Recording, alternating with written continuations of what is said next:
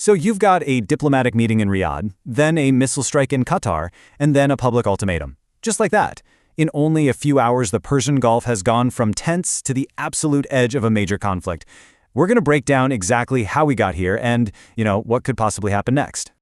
Okay, so listen to this. Non-political options are on the table. That one sentence from the Saudi foreign minister, it changes everything. It's a terrifying shift. Think about it. Just a few weeks back, all we heard was de-escalation, dialogue. Now, the threat of military action is right there, out in the open. This is not just posturing, folks. This is a very real signal that the entire rulebook in the Gulf has been thrown out, and those doors to diplomacy, they're slamming shut and fast. So the big question is, how on earth did we get here so incredibly fast? To really get a handle on how serious this threat is, we've got to look at the chain of events. The dominoes that fell, really, that pushed the entire Gulf to the very brink in just a handful of hours. So let's walk through this timeline. It all kicked off with what was supposed to be, a pretty standard diplomatic meeting in Riyadh. Gulf ministers getting together to talk security, but that whole sense of normalcy just got blown to pieces when news broke of a direct missile attack on Qatar's massive gas facility. And the response? Whoa. It was immediate and it was harsh. Saudi Arabia drops a blunt ultimatum on Iran, and right on its heels, Qatar starts kicking out Iranian diplomats. It's the sheer speed of this that is so alarming. It's literally a domino effect playing out right before our eyes. And this right here, this really shows you the whiplash we're all feeling. Just a few weeks ago, the official word from the Gulf was all about cooling things down, right? De-escalation, dialogue. They kept saying their military posture was just for defense. Well, that whole idea has been completely shattered. We've gone from talking things out to public ultimatums and this open threat of non-political options, which, let's be honest, is a pretty chilling way of saying war. Okay, so what was the spark? What was the one thing that caused this insane shift? It all comes down to a single, very calculated event, an attack on one of the most critical energy facilities in the entire world. Just look at this number, 20%. Let that sink in. That's how much of the entire world's liquefied natural gas comes from Qatar. So when you talk about a disruption here, you're not just talking about regional politics. No. This is the kind of thing that could directly jack up your energy bills, even if you live thousands of miles away. It's that big a deal. And we really can't overstate how important this target, Ras Laffan, is. This isn't just some facility in Qatar. It is the world's single largest LNG plant, period. Now, the good news we're hearing is that the fires are getting under control and all the personnel are accounted for. But make no mistake, this attack is a shot right at the heart of global energy security. And it's especially a problem for Europe, since they've become so reliant on these gas supplies.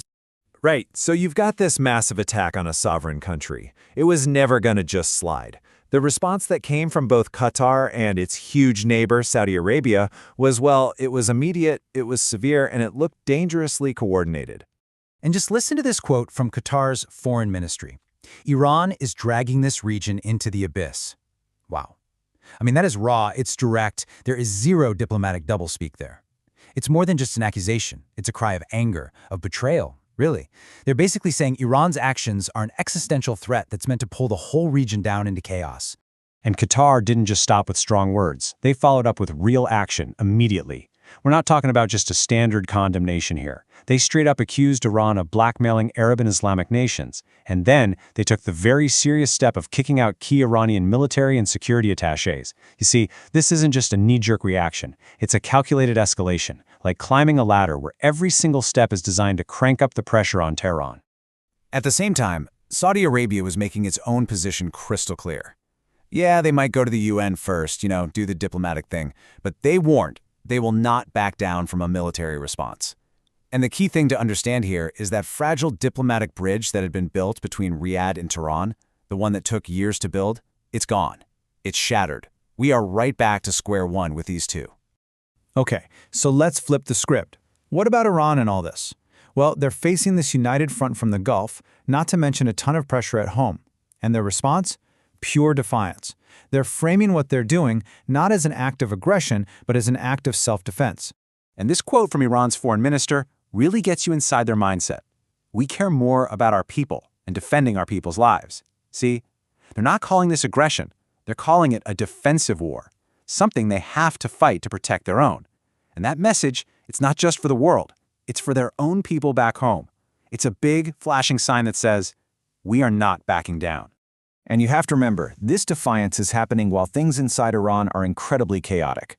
Get this, in just 48 hours, 3 of their absolute top security officials were assassinated in attacks that are being blamed on Israel. We're talking about the head of the Supreme National Security Council, a top commander of the Basij, and even the Minister of Intelligence. This is way more than just a security breach. It's like a decapitation strike aimed right at the leadership of the state. But here's a really crucial point we need to make. Symbolically, yeah, these assassinations are a massive blow. It's a huge hit to the regime's prestige, and it shows they have some serious security problems. But practically, the Iranian state, it's like this giant complex machine. It's so bureaucratic, with so many layers. So even though losing these top guys is a huge embarrassment, the day-to-day work, the planning, all of that just keeps going on. It makes the regime a lot tougher to break than you might think.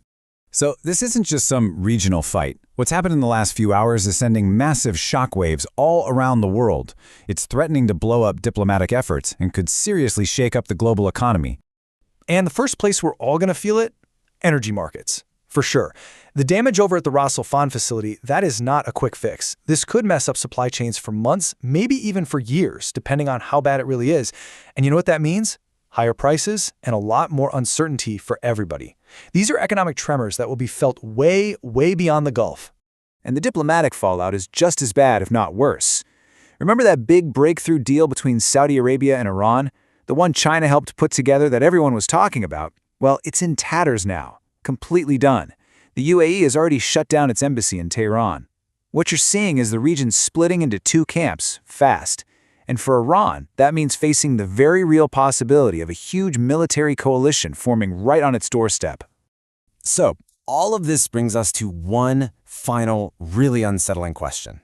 The lines have been drawn in the sand. The ultimatums are out there.